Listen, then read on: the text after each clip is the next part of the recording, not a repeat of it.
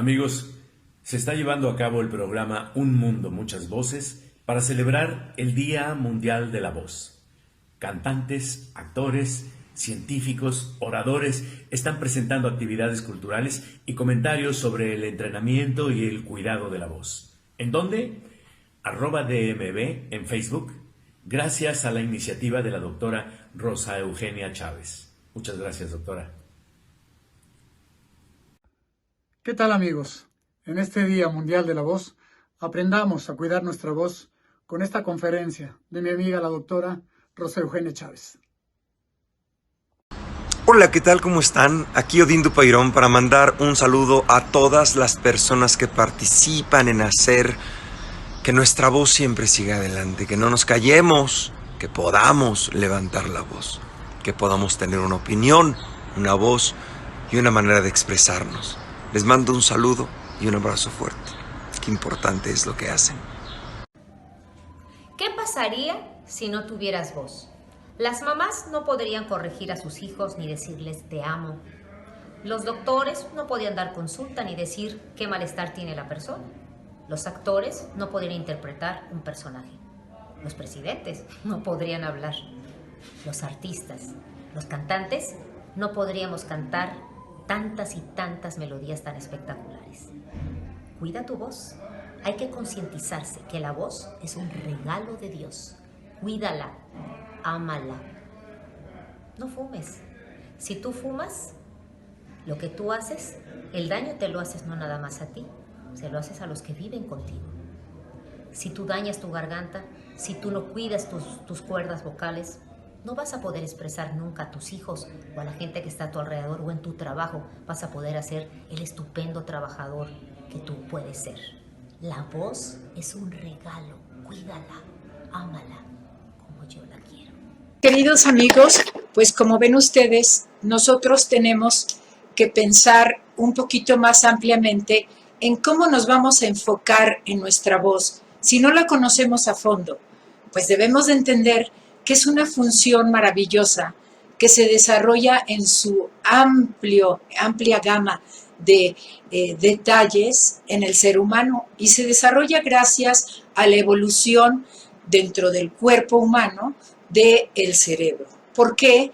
Porque empieza el ser humano a través de la evolución a notar que esa parte que está hecha biológicamente, como es la laringe, para cuidar y proteger a nuestros pulmones, también en determinada posición se logran ciertos sonidos. Sonidos que al principio eran nada más un sonido de llamado de alerta porque venía un mamut o un dinosaurio, o sonidos que nos daban cierto emoción de alegría, de placer, o de tristeza o de enojo. Pero a través del desarrollo ontogenético vamos viendo que se pueden hacer más cosas y empieza el habla, empiezan los lenguajes en diferentes regiones, empieza a desarrollarse toda una serie de funciones humanas que acaban logrando lo que es la voz humana. La voz humana necesita de varias partes de nuestro aparato respiratorio y así tenemos que necesitamos aire que entre a nuestros pulmones y ese mismo aire va a ser afortunadamente usado a través de todo el desarrollo, como les decía, por estos pulmones. ¿Qué quiere decir? Que estos pulmones que todos conocemos, que están en nuestro tórax, se van a llenar de aire, permitiendo que las bases pulmonares bajen y entonces al bajar las bases pulmonares nosotros logramos que haya una mejor ampliación de nuestro tórax. ¿Y qué pasa después cuando sale ese aire? Ese aire se va por los bronquios a la tráquea y llega a nuestro cuello, a esa maravillosa parte que se llama laringe. Nosotros logramos en la laringe, que tiene diferentes músculos, entre ellos las cuerdas vocales, logramos que todo esto que es la laringe se ubique perfectamente en una ondulación de las cuerdas vocales que vemos aquí. Estas son las cuerdas vocales y las cuerdas vocales, como lo ven ustedes, están directamente relacionados con estos cartílagos, pero también con todos los músculos que ven ustedes aquí atrás. Aquí tenemos nuevamente a estos cartílagos que son muy importantes, que son los cartílagos aritenoides.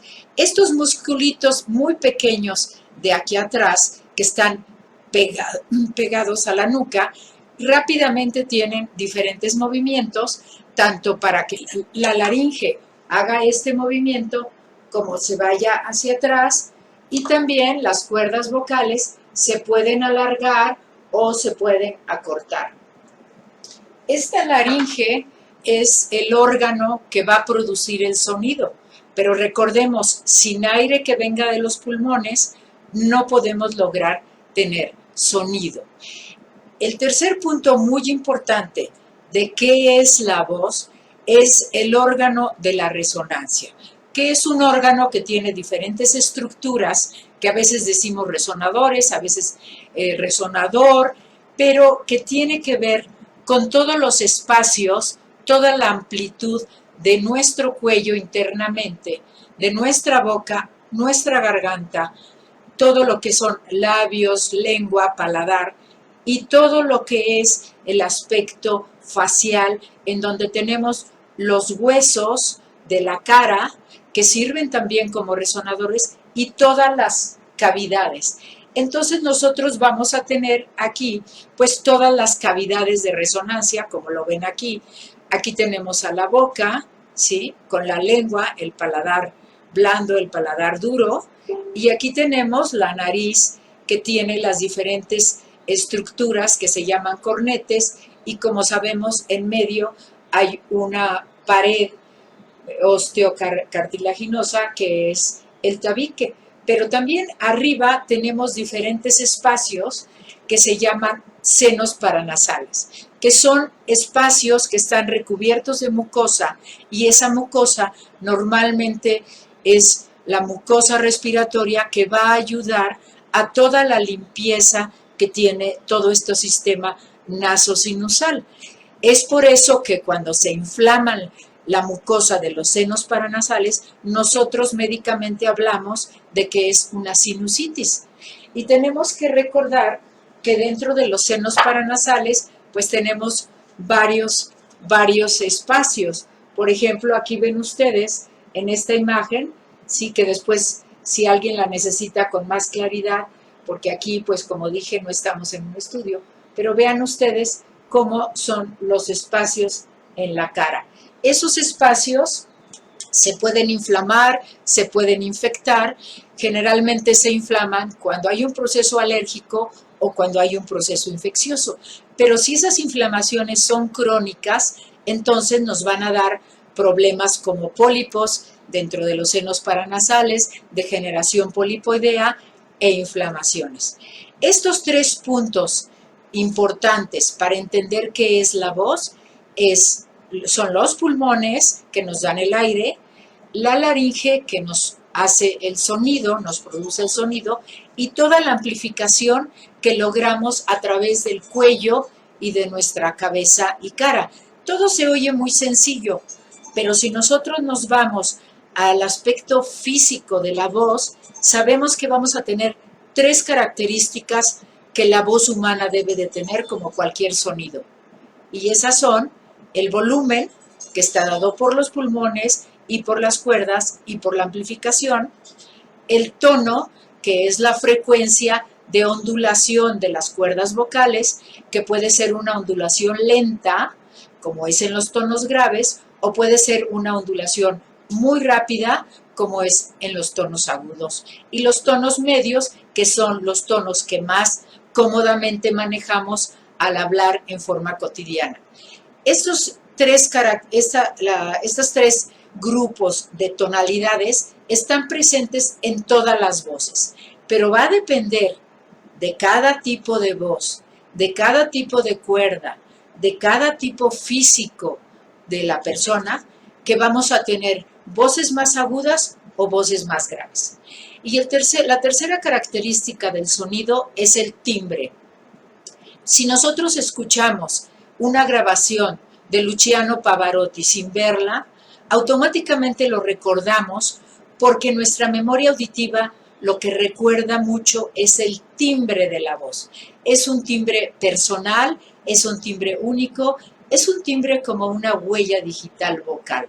Esto es muy importante que lo tengamos en cuenta porque ese timbre se va a lograr gracias a la amplificación y a la conformación de todo nuestro cuello y nuestra cabeza. Es decir, cuando sale el sonido de nuestras cuerdas vocales, que si ustedes están hablando, sienten como hay movimiento internamente, que ahorita les enseñaré cuál es el movimiento real de las cuerdas vocales. Bueno, ese sonido va hacia adelante y hacia arriba. ¿Para qué? Para irse amplificando en todos los espacios y resonando también en todos los resonadores macizos, huesos, músculos, etc. Pero también depende de nuestra forma de manejar ese sonido y de colocarlo en todos nuestros resonadores, que nosotros vamos a tener un timbre claro, brillante, agradable, o podemos tener un timbre enfermo, nasal, gangoso, ronco, velado, opaco, doble tono, con un timbre irregular, que a veces está más opaco, a veces está rasposo, y a veces se rompe la ondulación de las cuerdas vocales y nos quedamos sin sonido, o a veces hacemos gallitos. Esto es parte de lo que es la voz. ¿Y cómo se puede enfermar? Pues habrá muchas maneras de que una voz humana se pueda enfermar. Nosotros en determinadas profesiones vamos a tener que desarrollar en forma muy importante la voz humana hablada y la voz humana cantada. ¿Esto qué quiere decir?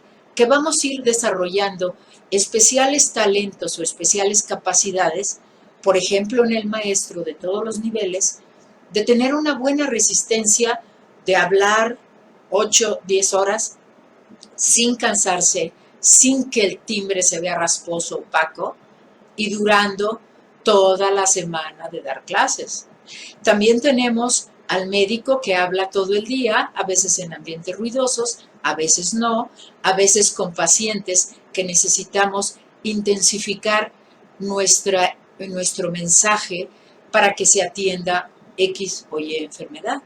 Pero también tenemos a los líderes religiosos y políticos que tienen que dar arengas o tienen que dar mensajes espirituales, religiosos, políticos, emotivos, y tienen que durar, sobre todo si se trata de una campaña, o como los líderes religiosos que tienen servicios religiosos constantemente y tienen que saber manejar su voz, porque no nada más es automáticamente repetir palabras, sino es dar la intención del mensaje.